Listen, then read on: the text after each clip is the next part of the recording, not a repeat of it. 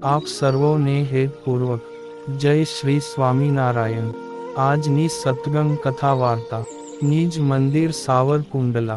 આજની સત્સંગ કથા વાર્તામાં આપણે ચરિત્ર કથા અંતર્ગત શ્રીજી મહારાજ પ્રત્યે માણકી ઘોડીનું હેત અને ગામ લોયાના પટેલની તલવાર ચોરાયાની પ્રસંગ વાર્તા સાંભળશું।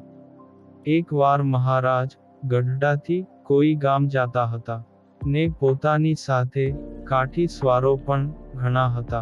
શ્રીજી મહારાજ માણકી ઘોડી ઉપર ચડ્યા હતા ને એ માણકીને વછેરી ધાવણી હતી, તેથી વછેરી પણ ભેગી હતી।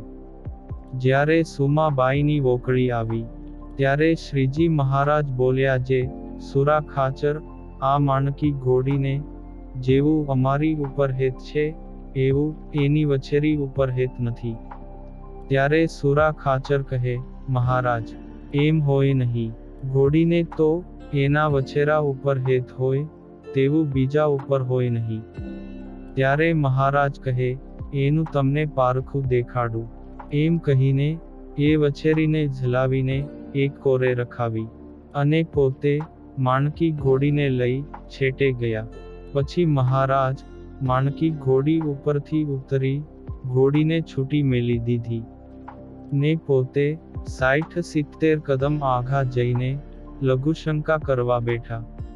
ત્યારે માણકીને જ્યાં ઊભી રાખી હતી ત્યાં ને ત્યાં ઊભી રહી ને એની વછેરી ઘણો હણહણાટ કરતી હતી, તે સામું પણ માણકીએ જોયું નહીં। પછી મહારાજ લઘુશંકા કરીને ઊભા થયા ત્યારે એ માણકી દોટ દઈને મહારાજ પાસે ગઈ ને ઊભી રહી। પછી મહારાજ એ જ માણકીએ સ્વાર થઈ એ સુરા ખાચર વિગેરે ઊભા હતા ત્યાં આવીને બોલ્યા, જે કહો સુરા ખાચર, આ ઘોડીને અમારી ઉપર હેત છે કે એની વછેરી ઉપર? ત્યારે સુરા ખાચર બોલ્યા, જે એ ઘોડીની બહુ ભારે જાત છે, તેમાં 2,000 રૂપિયા ઠાણમાંથી વછેરી ગર્ભમાં હોય ત્યાંથી જ આપીએ છીએ। ત્યારે મહારાજ બોલ્યા, જે સુરા ખાચર, તો જાત ઉપર વાત લાવ્યા પણ માણકીને અમારી ઉપર હેત છે તેની વાત કરતા નથી। એમ કહીને વિનોદ કરતા રમૂજ કરાવીને ઘણું હસ્યા ને બધાય સાથી સવાર કાઠીઓને હસાવ્યા। આ પાવન પ્રસંગ આજે પરમ ભગવદીય રામજી શેઠકૃત લીલા ચરિત્રની વાતોમાંથી સાંભળ્યો। એક વખત 69 સાલના ભયંકર દુકાળમાં શ્રીજી મહારાજ ગઢડેથી ગામ લોયા પધાર્યા અને ત્યાંથી લીંબડી પધાર્યા। તે વેળા ભગુજી આદિક 5-7 પાર્ષદો હતા ને એક લોયા ગામનો કણબી હારે હતો। તે વખતે ગામથી ઉગમની કોરે કુંભારનું પરુ છે ત્યાં રાત્રિ રહ્યા। તે સમયે સર્વેને મહારાજે ચેતવતા કહ્યું કે તમે બધાય જાગજો, આ કાળ વરસ છે, તે કાંઈ વસ્તુ પદાર્થ હોય તો ચોર લઈ જશે। ત્યારે તે કણબી બોલ્યો, જે અરે મહારાજ, ચોર શું લેશે? ત્યારે મહારાજ બોલ્યા, જે પ્રથમ તો તારી તરવાર લેશે। ત્યારે તે કણબીએ મનમાં એમ જાણ્યું, જે મહારાજે કહ્યું છે માટે જરૂર મારી તરવાર ચોર લઈ જશે। એમ જાણી તરવારને પગ સાથે ફેંટે કરી બાંધીને સૂતો। પછી ભગુજી જાગતા હતા ને તે થોડી વાર કેળે મહારાજ ભગુજીને કહે, તમે સૂઈ જાઓ ને હું જાગીશ। પછી ભગુજી સૂઈ રહ્યા ને મહારાજ સૂતા સૂતા જાગતા હતા।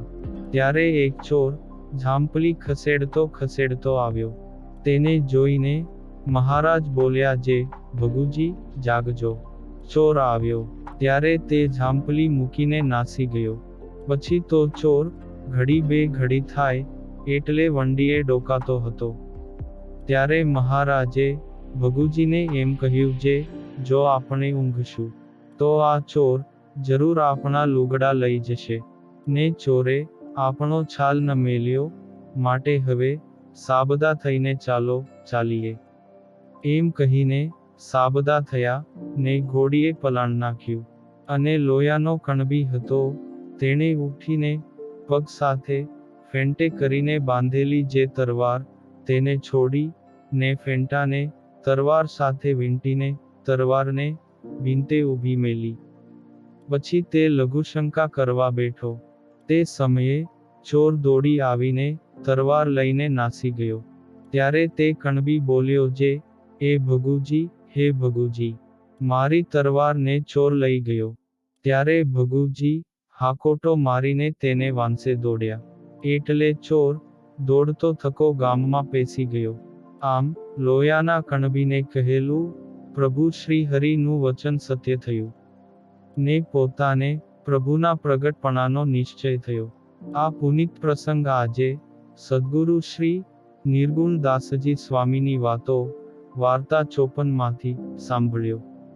અને હવે પછીની કથા વાર્તા આપણે આગળના ભાગમાં સાંભળશું. અત્યારે આપ સર્વોને ભાવથી જય શ્રી સ્વામિનારાયણ.